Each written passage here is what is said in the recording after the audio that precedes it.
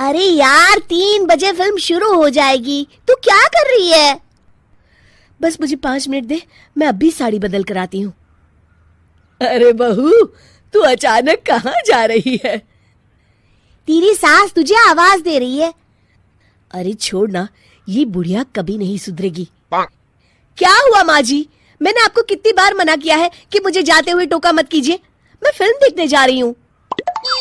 तू अभी चली जाएगी तो मेरे लिए खाना कौन बनाएगा बहू? सुबह से भूखी बैठी हूँ। अरे माँ जी, आप कौन सा घर का काम करती हो जो आपको भूख लगी है? अच्छा, मुझे देर हो रही है, चलना रीटा। अंजलि के जाते ही सीता देवी अपनी किस्मत को कोसते हुए सारा दिन घर में भूखी बैठी रहती है। इस तरह अंजलि अपना बहू होने का कर्तव्य कभी नहीं निभाती थी। वहीं दूसरी तरफ अपनी सास के खाते से पैसे निकाल के अपने शौक पूरे करती थी। लेकिन सीता देवी इस उम्मीद पर थी कि एक दिन उसकी बहू सुधर जाएगी।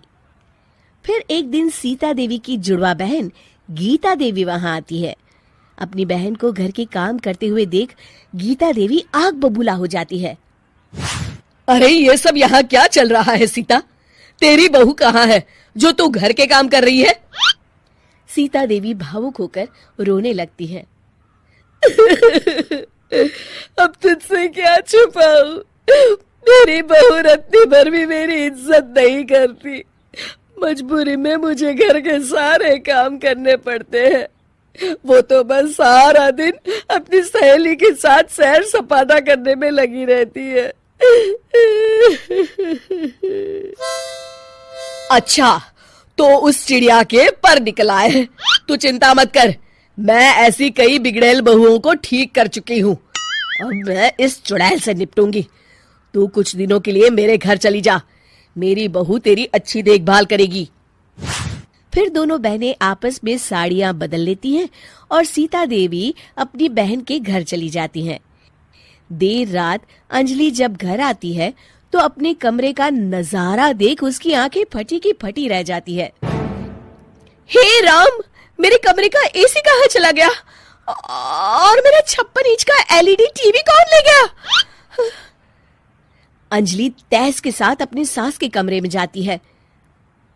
तभी वो देखती है कि उसके कमरे का एसी और टीवी उसकी सास के कमरे में लगा है और गीता देवी आराम से एसी की हवा खाते हुए सास बहू सीरियल का मजा ले रही हैं।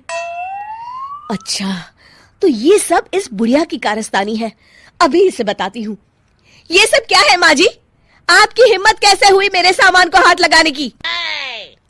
क्यों बहू, ये सारा सामान तूने तेरे पिताजी के पैसों से खरीदा है क्या? हैं?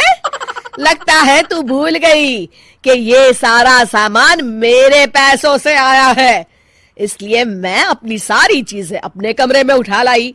तुझे कोई एतराज है? चल जा यहाँ से, सीरियल का मजा किरकिरा मत कर। गीता की बातों का कोई जवाब नहीं बनता देख अंजलि अपने दांत पीस कर रह जाती है। अगले दिन रीटा और अंजलि शॉपिंग पे जाने की तैयारी करती हैं। अंजलि जैसे ही अपनी स्कूटी पर बैठती है तभी गीता देवी स्कूटी की चाबी निकाल लेती हैं। अरे, ये स्कूटी कहाँ लिए जा रही है? ये भी मेरी कमाई की है। माँ जी, ये तो आप हाथ कर रही हैं। मैं बाहर पैदल जाऊंगी क्या? हाँ, पैदल जा। वैसे भी तुझे घूमने का शौक है, मुझे नहीं। देखिए माँ जी, इस तरह मेरी सहेली के सामने मेरी बेइज्जती करके आप ठीक नहीं कर रही हैं। आप मुझे अच्छी तरह जानती हैं, बाद में आपको पछताना पड़ेगा। अच्छा, तो तू नहीं सुधरने वाली। मेरे ही घर में मुझे ही धमकी दे रही है। तेरी याददाश्त के लिए बता दूं कि ये मकान मेरे नाम पर है। अब तू देख, मैं आज ही अपने बिल्लू वकील को बुलाकर ये सारी जायदाद अनाथालय को दान कर देती हूँ, फिर तुझे एक ढेला भी नहीं मिलेगा। गीता की बातें सुनकर अंजलि के पैरों तले जमीन खिसक जाती है। अरे, अगर तेरी सास ने तुझे अपनी जायदाद से बेदखल कर दिया तब तो तू सड़क पर आ जाएगी। मैं तो कहती हूँ चुपचाप अपनी सास से माफी मांग ले अंजलि। हाँ, तू बिल्कुल सही कहती है, मेरी सास का कोई भरोसा नहीं है। अरे नहीं नहीं माँ जी, ऐसा गजब मत करिए, आज के बाद मैं आपको कोई तकलीफ नहीं दूंगी और घर के सारे काम ना मैं ही कर लूंगी।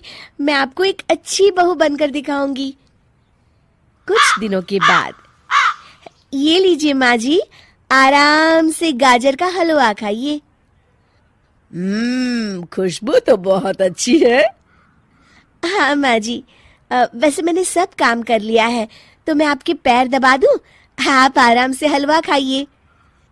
इस तरह गीता देवी अंजलि को सही रास्ते पर ले आती हैं और सीता देवी वापस अपने घर में आकर रहने लगती हैं।